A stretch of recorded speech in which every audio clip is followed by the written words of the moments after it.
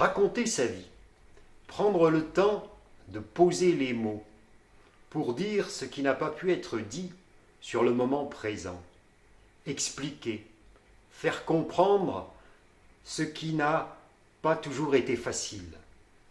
Chaque année, j'aide les gens à raconter tout ou partie de leur histoire. Je réalise 2, 3 ou 4 livres pour des hommes et des femmes de tous horizons qui souhaitent prendre le temps de revenir sur certains moments, certains événements de leur vie.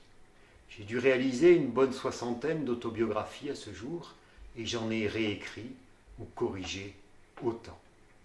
Alors comment ça se passe? Alors, on commence par un entretien préalable au cours duquel on va définir les objectifs de la personne, voir un petit peu quel a été son parcours, et puis voir pour qui elle veut raconter cette histoire, pour ses enfants, pour ses proches, peut-être pour ses petits-enfants. À la suite de cet entretien, on va définir un certain temps pendant lequel je vais recueillir le témoignage, 8, 10, 12, 15 rendez-vous d'1 h 30 ou 2 heures, au cours duquel je vais recueillir ce témoignage, recueillir la parole, c'est-à-dire prendre des notes en interrogeant la personne. Et puis ensuite, tout seul devant mon ordinateur, je vais rédiger, mettre en forme ce qui a été dit, en me mettant dans la peau de la personne. Ce n'est pas mon style à moi, ce sont ses mots, ses idées, sa personnalité, jusqu'à ce qu'on arrive au texte dans lequel elle se reconnaisse complètement. Quand le texte est écrit, vous le transformez en livre?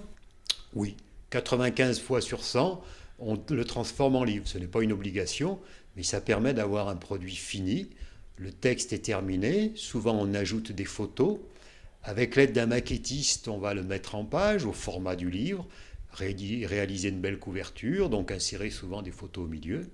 Et puis avec un imprimeur, on va imprimer le nombre d'exemplaires qu'on veut. Ça peut aller de 20 à 200, à 2000, on fait exactement ce qu'on veut. L'impression numérique nous a facilité la tâche.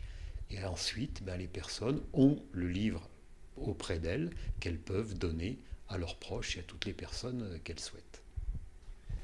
Est-ce que les gens vous parlent facilement? Oui, les gens parlent facilement, d'une part parce qu'ils ont envie de parler, s'ils sont là, c'est qu'ils ont décidé de faire cette démarche, et puis d'autre part parce que je les mets en confiance. Tout ce que l'on dit reste confidentiel jusqu'à ce que ça soit publié. On ne va pas dévoiler des choses qui n'auront pas à être dévoilées, et puis ce qui est dit va être dit avec les mots justes, et donc la parole libère, ce n'est pas une contrainte, c'est au contraire un élément de libération, elle fait du bien. Quel type de personnes font appel à vous? Des personnes de tous horizons. J'ai mis du temps à voir quel était le profil type des personnes, puisque j'avais des hommes, des femmes, des jeunes, des vieux, des personnes de tous les milieux. Et puis au bout d'une dizaine d'années, je me suis aperçu qu'il y avait un point commun entre toutes les personnes qui faisaient appel à mes services. C'était l'histoire d'un traumatisme. Il y avait eu quelque chose de douloureux dans leur existence. Ça pouvait être la guerre, pour celles qui avaient vécu la guerre. Ça pouvait être un problème familial, ça pouvait être un décès, ça pouvait être un viol, ça pouvait être une rupture, une maladie. Quelque chose qui a compliqué la vie et qui fait que bien des années après, on a envie d'y revenir, on a envie d'expliquer pour pouvoir partager avec ses proches ce qui a été vécu, pourquoi on a agi de telle ou telle manière ou pourquoi on n'a pas agi de telle ou telle manière. Ça veut dire qu'il y a un aspect thérapeutique à votre travail? Oui, tout à fait. Poser les mots, ça fait du bien. Parler, ça fait du bien. Pouvoir ensuite échanger, partager ces mots avec d'autres, ça fait encore plus de bien. Donc ce côté thérapeutique, il est évident. Il y a un besoin de tout un chacun d'être entendu et reconnu dans ce qu'on a vécu.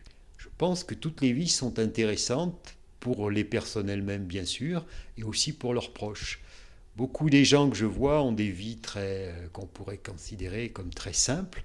Ce n'est pas pour autant qu'elles sont banales. Je pense qu'on peut faire une œuvre d'art de chaque vie et que toutes les vies méritent d'être reconnues et d'être expliquées.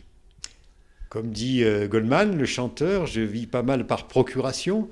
Je passe d'une vie à une autre et je vis pendant quelques mois avec les personnes qui font appel à moi. Je suis un ancien combattant pendant un moment, je suis une vieille paysanne de la campagne française, je suis une étrangère qui raconte son parcours, je suis un chef d'entreprise qui raconte l'histoire de son entreprise, je peux être un élu local qui s'est dévoué pour son village ou pour sa région, etc. Toutes les vies ont quelque chose d'intéressant et il faut savoir trouver les mots justes pour que ces vies permettent de dire ce qu'ont été ces personnes et ces personnalités.